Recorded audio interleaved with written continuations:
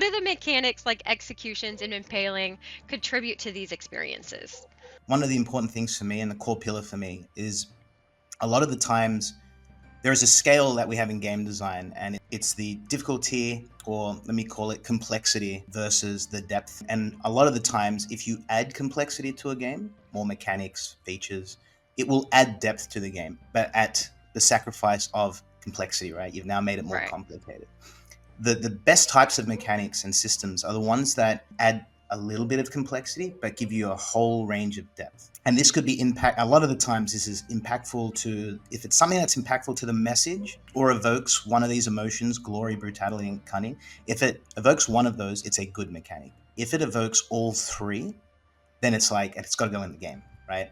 And so when we talk about mechanics like executions and impaling, executions allow you to actually stagger an opponent, pick them up, and throw them into one of a number of different points that we have on the map that we have authored and crafted to really feel brutal and gory. And just the way that you have to approach the execution point, there's a bit of thinking involved. It's almost a little bit puzzly in that you have to kind of throw them into it, right? So if there's things in the way, you have to make sure you clear it. You've got an opening. You might have to use fire to burn down something that might be in the way to get them to the execution point.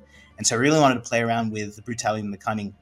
And then the celebration afterwards, the animations, we spent a lot of time in the effects. We have volumetric blood. You can actually paint the snow red. So we wanted to go, we didn't want to go gross with it, but we wanted to take the Tarantino grindhouse approach. Tarantino is a really big inspiration when we were building this game, and the approach that he had to delivering the violence that you kind of need in order to really showcase the brutality of that fantasy that we're trying to build.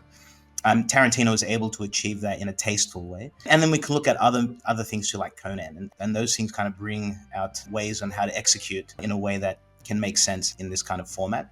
And so, we play a lot with the celebrations and the over-the-topness of all of these execution points, from spike pits that you could throw enemies into. We even have execution points that are layered with a trap that you might not even notice initially. There might be some grass layered, and it just looks a little bit of a different color, patchy. You could set that on fire, and someone walks across it, and it'll just fall. They'll just fall, it'll break, and they'll fall into the spike pit. So we have a bunch of different execution points across varied locations too. We have an ice wall map that has a bunch of different ice types of executions, which you can imagine what those could kind of be. We have the forest, very green, and have fire as a chemistry feature in the game. And so, you can imagine the things you could do with fire in a forest as well. And so really just playing around with making sure that it fits all three of those pillars. And the same thing for impaling. Impaling is one of those things that when you feel it the first time, the glory is like, the ratio was here. So we kind of had to lift the brutality as well, because one of the key things with impaling is we try to make it as systemic as possible. What I mean by this is that any way that you feel like it should work, the system has been designed with a rule set that keeps that consistent. When you throw a spear at someone, it will go through them, it will actually pierce them. And if there is enough force and you hit someone else behind them, you can shish kebab them.